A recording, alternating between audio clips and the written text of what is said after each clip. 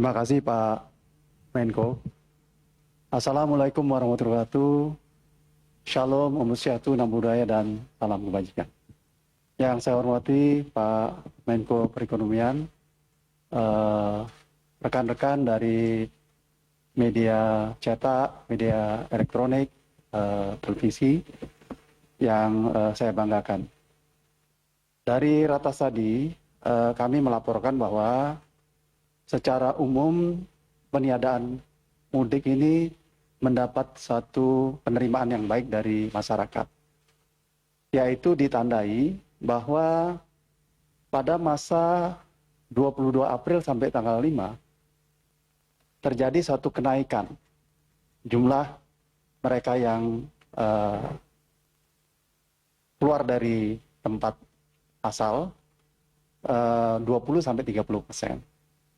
Dan di masa 22 April sampai 5 Mei, pemerintah memberikan syarat yang lebih ketat kepada transporter dengan melakukan PCR, antigen, dan genus hanya 1 hari.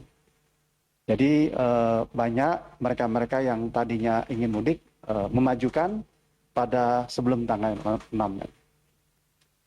Sedang tanggal 6 Mei sampai 9 Mei yang kita evaluasi, terjadi penurunan yang signifikan.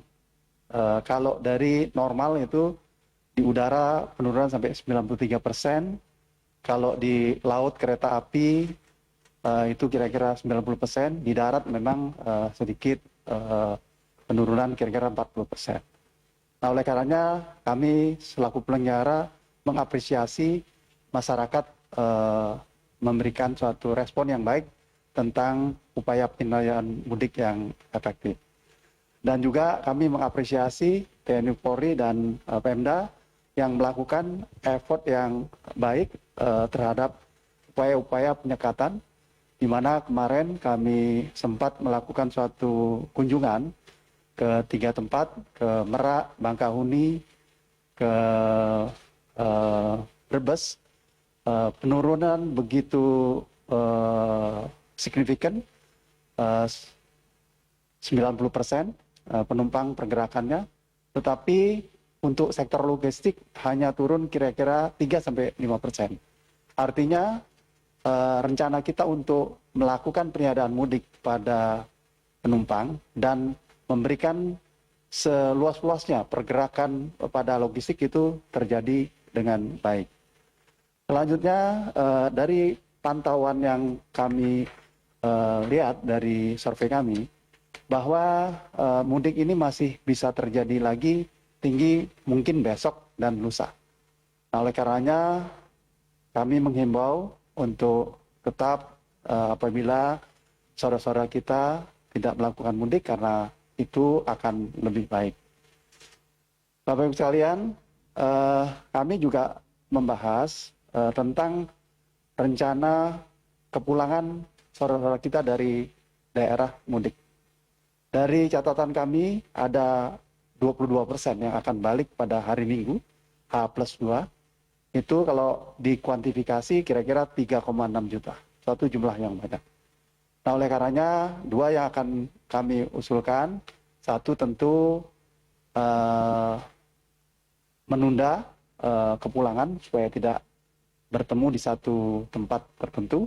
Yang kedua, kami mengusulkan bahwa dilakukan tracing yang intensif di beberapa tempat yang konsentrasinya besar. Katakanlah di Madiun, di Ngawi, Surabaya, Solo, Jogja, Semarang, Cirebon, Jakarta, bahkan yang dari Sumatera, di Bangkahuni dilakukan tracing secara intensif.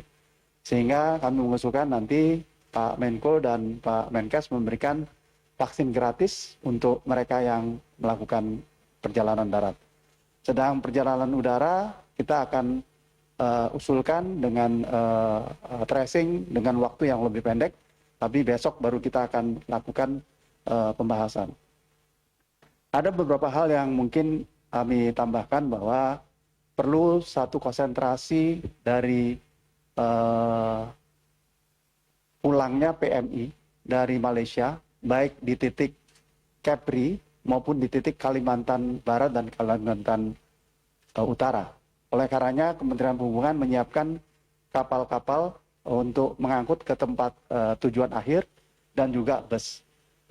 Tadi sudah disepakati bahwa TNI dengan Komandan Pangdam akan mengambil alih satu pengelolaan di 2 titik di Kepri dan juga di Kalimantan Barat.